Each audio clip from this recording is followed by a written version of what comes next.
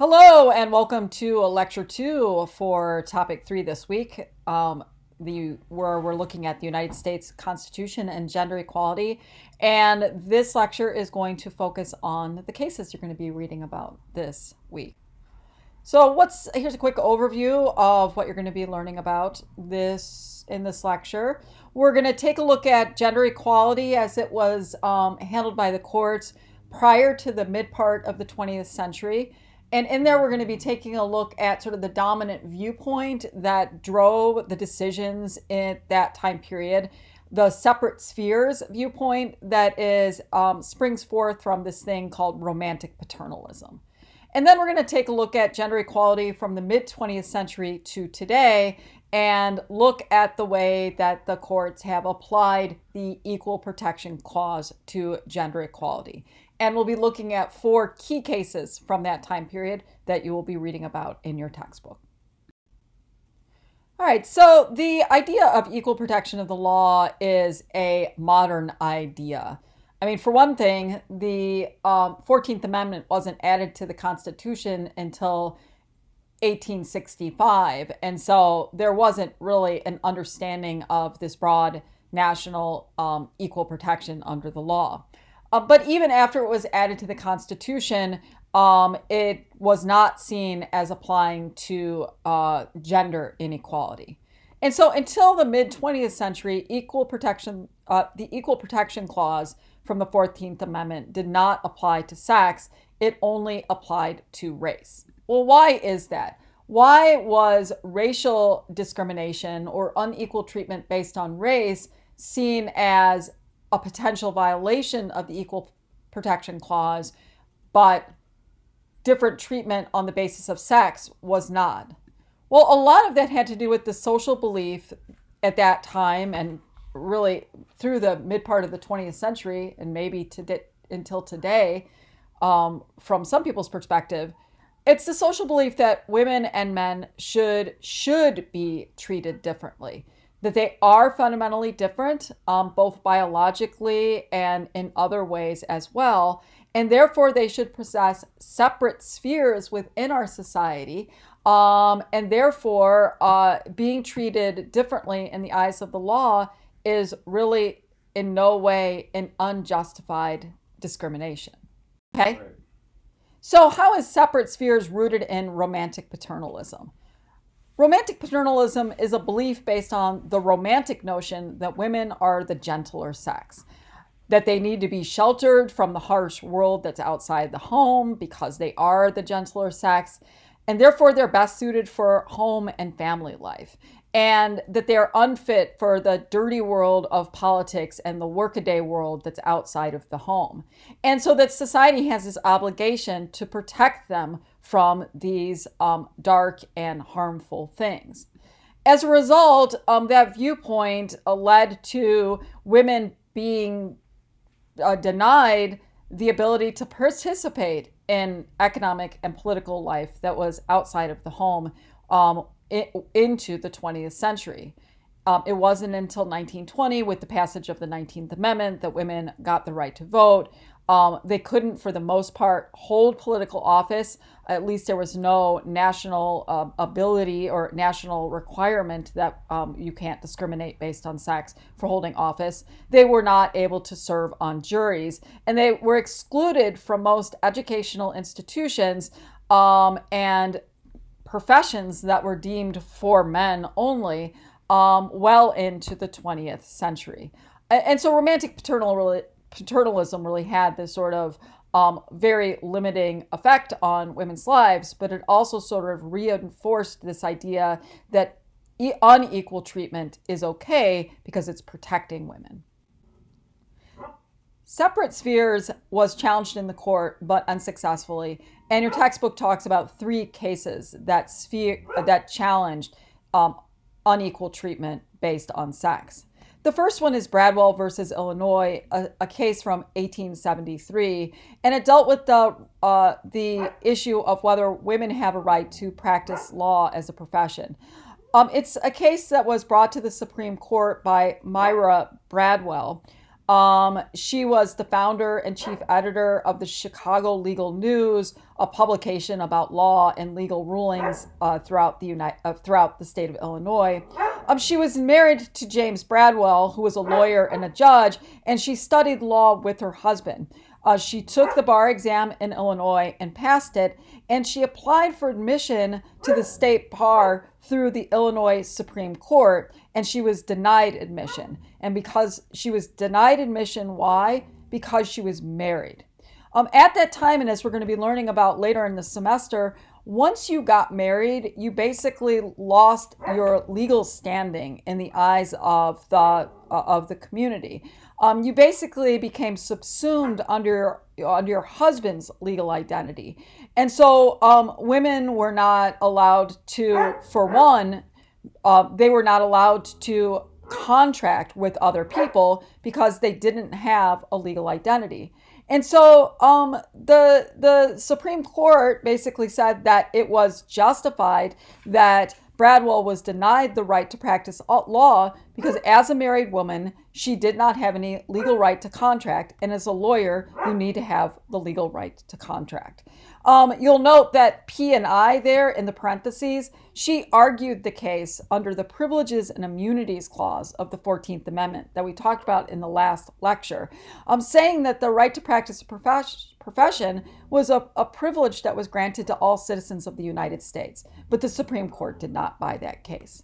The other case that your textbook talks about is Minor versus Happerstamp from 1875. And that's to do with whether or not a person has a constitutional right to vote. Using the Privileges and Immunity Clause, women who tried to vote and were arrested argued that they had a right under the Privileges and Immunities Clause to vote, and the court said that that was not the case. The women were citizens, but just by being a citizen doesn't mean that you have a national right to vote, that's determined state by state. That the decision in Minor v. Happerstamp is obviously overruled by the passage of the 19th Amendment, but it's a good example of how this idea of separate spheres is upheld by the courts. And then finally, your textbook talks about Gossaret v. Cleary. This is an interesting case, and note the date, 1948. It's an interesting case because it's the first case that argues that unequal treatment of women violates not the Privileges and Immunities Clause, but the Equal Protection Clause of the 14th Amendment. In this case, it dealt with a law that said that women could not work in bars. Okay, but so the only time they would let women work in bars, be bartenders or barmaids, was if their father owned the bar. And the thinking is if the father owned the bar, then they could, put out their sphere of romantic paternalism and protect their daughters or their wives from anything bad that might take place in the bar.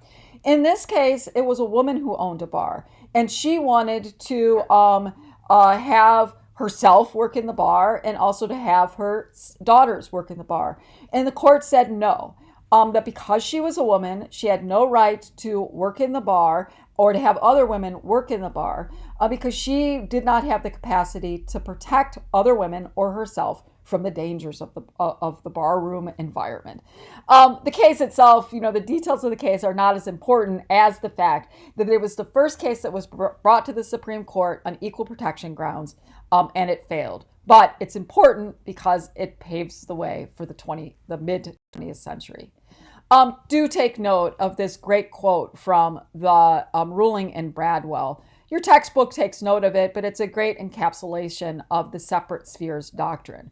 In the concurring opinion from Justice Joseph Bradley, he wrote that the paramount destiny and mission of women are to fulfill the noble and benign office of wife and mother. This is the law of the Creator, and the rules of civil society must be adapted to the general constitution of things and cannot be based upon exceptional cases like Myra Bradwell. So again, a nice encapsulation of that viewpoint. So this brings us to this 20th century and a search for a standard for how we should interpret the Equal Protection Clause and whether or not it applies to unequal treatment on the basis of sex. In the 20th century, the Supreme Court begins to search for a standard to apply to different treatment of women. As we talked about in our last lecture, we asked a question about whether or not sex should be treated like race. Remember, we talked about race as being a suspect category or classification, and that when people are treated differently based on their race, that the court should give those laws that do that incredibly strict scrutiny. And so the question is should gender be treated like race, or should it be treated, and again, we talked about this in the last lecture, as a less suspect category, like age, citizenship, or income, and use that much lower standard for providing scrutiny, which is, as your textbook talks about, the rational basis scrutiny. Or should it be something in between? When laws differentiate and treat men and women differently, what standard should be used? Maybe we need an in-between standard. And in fact, that's the standard that has been created when we're looking at sex discrimination and the Equal Protection Clause. And it is called the intermediate scrutiny standard. I'm just touching on these in the lecture. If you would like more information, read about it in your textbook. And I would also be more than happy to go over it with you in more detail in a virtual office hour, because it's one of my favorite issues, but I didn't want to bore you with all the details in the lecture here. So your textbook looks at 4 cases and the development of the sex discrimination standard.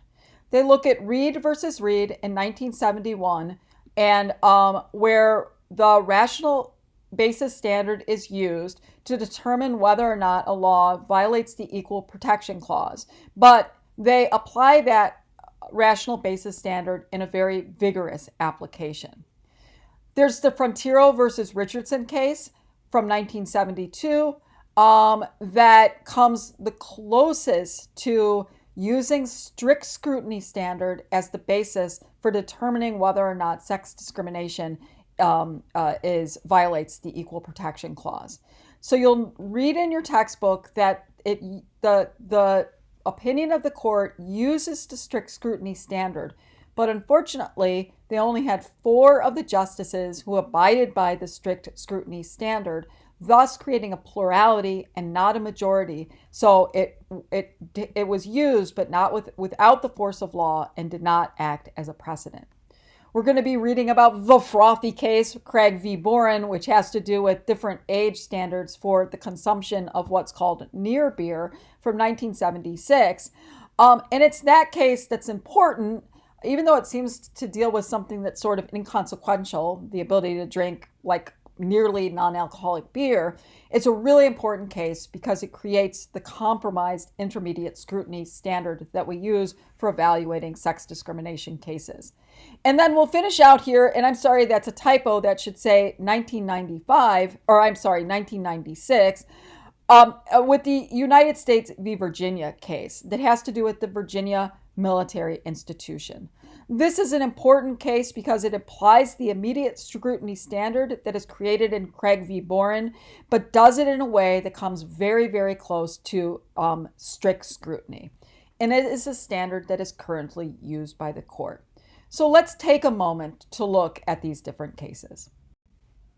All right, so let's look at Reed versus Reed, the 1971 case. So who's Sally Reed? She's really pissed off about something. What is she pissed off about? Well, she's pissed off because she has a son whose name is Skip. And she was married to a man whose name was Cecil. And she was in an unhappy marriage. And Cecil leaves Sally early on, and Sally raises her son Skip alone for most of her life. And she has a great relationship with her son, and her son turns out to be, a great guy. But then he dies early in his life at the age of 21. And he doesn't have a lot of money, but he had a little bit of money. And that when somebody dies and they don't have a will, then you have to figure out who's going to basically be the administrator, who's going to administer that person's estate. Well, the Reeds lived in Idaho. And in Idaho, they had this law in the books that said that when a child dies without a will, the father automatically becomes the administrator of the estate of the child. And that really pissed Sally off. For one, she wanted the opportunity to argue for why she should administer her grown child's estate, but she wasn't given that opportunity. And so she sues the state of Idaho, basically saying that that she has the right to administer her son's estate. The Idaho Supreme Court hears the case and they reject Reed's claim of sex discrimination. They say that it's reasonable to let men default to men to administer the estates because they know more about money and about estate administration. They also say that reduces the litigation that could happen between people arguing between who should be the administrator of the estate. So she loses at the Idaho Supreme Court, but she takes it to the Supreme Court of the United States and wins.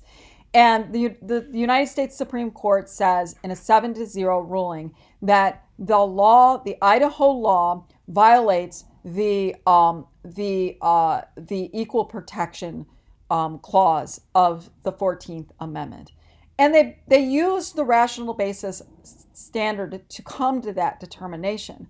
They basically say that it's not reasonable to think that women can't administer the state.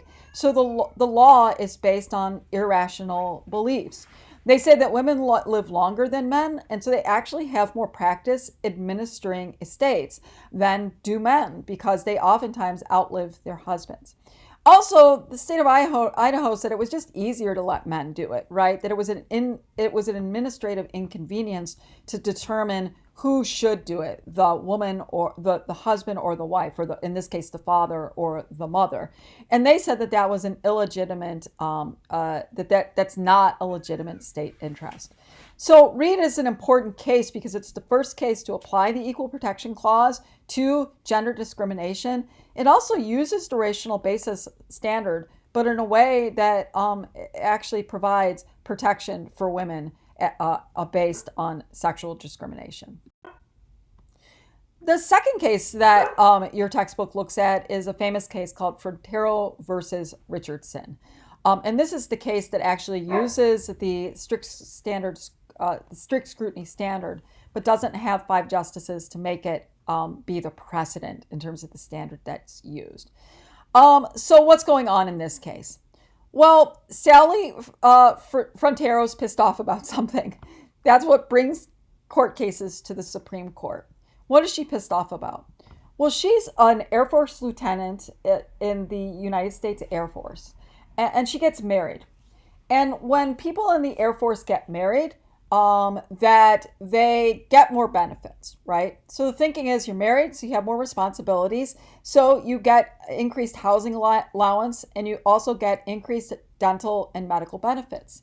And as you read about, or as you will read about in your textbook, when Sally Frontera opened her check after she got married and she expected to see this extra money in her check, there wasn't that extra money there. And she thought it was a mistake. And she's like, hey, I got married. Where are my extra benefits? It wasn't a mistake. And so what Sally Frontero found out was that only men got those extra benefits. Women didn't get those extra benefits. The thinking is that when men get married, they have to take care of a dependent wife. But when women get married, the guy's not dependent on the woman. And so they don't deserve the extra benefits. They only got those extra benefits if, in fact, the husband was not working and was indeed totally dependent upon the wife. And that wasn't the case in the marriage of Sally and to her husband, Joseph. That he did make enough money so that he was not deemed as being dependent upon his wife. And so she sues that law that governs the distribution of benefits for those who are in the Air Force. And they asked, the question before the court is that federal law that uses a different criteria for men and women, is that a violation of the Equal Protection Clause? Now, in point of fact, since it's the military, you're going to learn that it's not really an Equal Protection Clause case, but it is a Due Process Clause case from the Fifth Amendment, because that applies to the federal government. But as your textbook points out, the Due Process Clause plays the same role as the Equal Protection Clause does as it applies to states.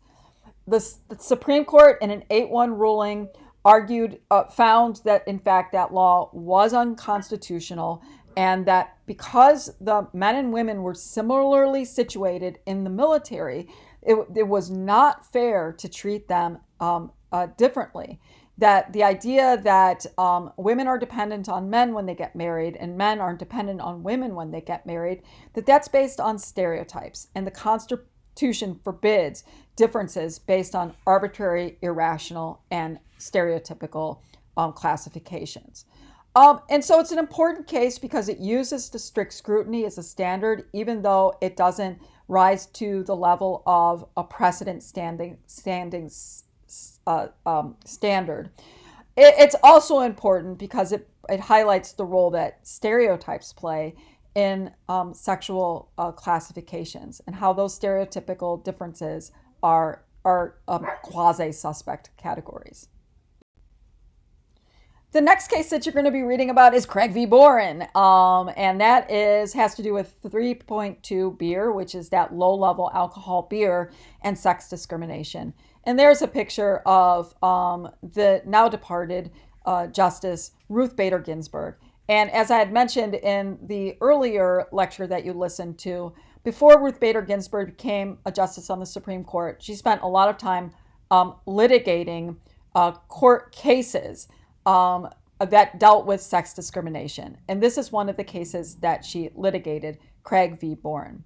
This is an interesting case because it's not about sex discrimination against women, particularly like women who are harmed by laws that treat men and women differently. But this is a case that deals with men who feel like they're harmed by laws that treat men and women differently. This was a case about Oklahoma and purchasing beer. And in Oklahoma, everybody needed to be 21 to buy the hard liquor like whiskey.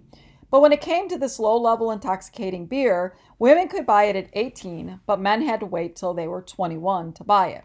The thinking is that women mature earlier than men, and you got to wait a little bit because men are wild and not fully developed until they get older. And so that's what that case was about, that having the different laws on the book for when you can buy beer, is that a violation of the Equal Protection Clause? And the decision in this case was yes, that the Oklahoma law that has different ages, it does violate the Equal Protection Clause and is thus unconstitutional. The reasoning they gave was that the classification by gender, it must serve an important government objective, and it must be substantially related to achieving this objective. And that's the intermediate scrutiny standard that you learn about in your textbook. They said that this is not the case here.